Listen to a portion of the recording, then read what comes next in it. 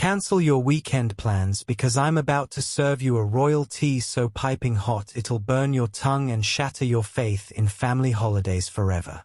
Picture this. You're about to turn 12. You're excited about finally being old enough to sit in the front seat of the car. And then your grandfather, who happens to be the literal king of England, drops a bombshell that makes getting grounded look like winning the lottery. Welcome back to Royal Cookies, where we serve up the juiciest royal gossip with a side of heart-wrenching humanity. Please remember to subscribe and click on the notifications bell icon, so you will be notified whenever we upload new cookies about the British royal family. Prince George would be turning 12 on July 22nd, and when he blows out those candles, he's not just getting older.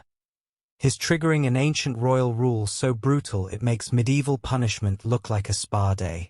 Buckle up, because this is where it gets properly unhinged.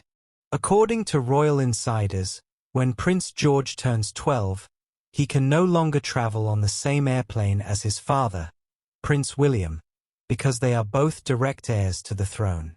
Let that sink in for a moment. We're talking about a rule so paranoid it makes bubble wrap manufacturers look cavalier about safety. The young royal, who is second in line to the throne, will no longer be permitted to fly on the same aircraft as his father, Prince William. This strict rule is designed to protect the line of succession to the British throne. Basically, the monarchy has decided that George and William are too valuable to risk losing in the same potential aviation disaster, which is both completely sensible and absolutely devastating for a kid who just wants to sit next to his dad on holiday. Think about this like the world's most expensive insurance policy, except instead of protecting your car or your house, they're protecting the future of a 1,000-year-old institution. The palace looks at William and George sitting together on a plane and sees two dominoes that could topple the entire British Empire if they fall at the same time. This isn't some dusty old rule that nobody remembers the point of. This is active, current royal protocol that King Charles is apparently taking very seriously.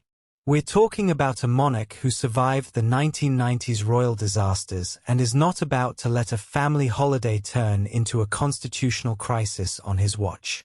The timing is particularly brutal because George literally just turned 12 in July 2025. Which means this rule is fresher than this morning's gossip and twice as devastating. One day you're happily cramming into the family jet with your siblings, fighting over who gets the window seat. The next day, Grandad Charles is essentially saying, "Congratulations on surviving another year, kiddo. Your birthday present is enforced travel isolation." It's like the world's most depressing coming-of-age ritual. Forget about getting your first phone or being allowed to stay up past 9 p.m. In the royal family, turning 12 means discovering that your grandfather values constitutional continuity more than your right to sit next to your parents during takeoff. Plot twist: Cookie Monsters. The Prince of Wales will now fly separately from Prince George in order to ensure the safety of the heirs to the British throne, but only if William's stubbornness subsides. That's right. We've got ourselves a proper royal standoff. And it's more dramatic than any soap opera you've ever binged. Imagine the palace meetings happening right now. You've got King Charles, probably sitting in some ridiculously ornate chair, explaining to his eldest son why constitutional protocol trumps family bonding. And then you've got William, the same man who insisted on doing the school run and shopping at Tesco like a normal parent, basically telling his father that maybe, just maybe, they can find a way to keep the monarchy intact without traumatizing his 12-year-old son. William's stubbornness is basically code for "I'm not letting ancient paranoia destroy my child's sense of family unity," and honestly, good for him. This is the same prince who's been revolutionizing royal parenting from day one, who let George wear his England football shirt instead of formal wear, who's trying to give his kids normal childhoods despite their very abnormal destinies.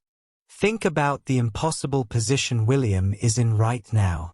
On one side, you've got his father the king, centuries of royal tradition, and the very real responsibility of protecting the line of succession. On the other side, you've got his 12-year-old son who's about to discover that being royal means every family decision becomes a matter of state policy. William knows that if he caves to this protocol, he's essentially telling George that constitutional duty will always come before family closeness. But if he fights it, he's potentially gambling with the stability of an institution he's destined to lead.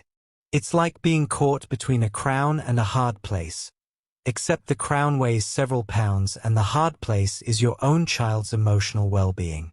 The palace is probably having emergency crisis meetings about this as we speak. Sir, the Prince of Wales is threatening to book a family package holiday to Center Parcs, and he wants all the seats together. What's the protocol for protocol rebellion? And do we have insurance for constitutional crises caused by vacation planning? This whole George situation is basically a perfect snapshot of the impossible balancing act the royal family is trying to perform in 2025. They're desperately trying to modernize and stay relevant while maintaining the traditions that give them legitimacy in the first place. It's like trying to update your iPhone while it's still running iOS 1066.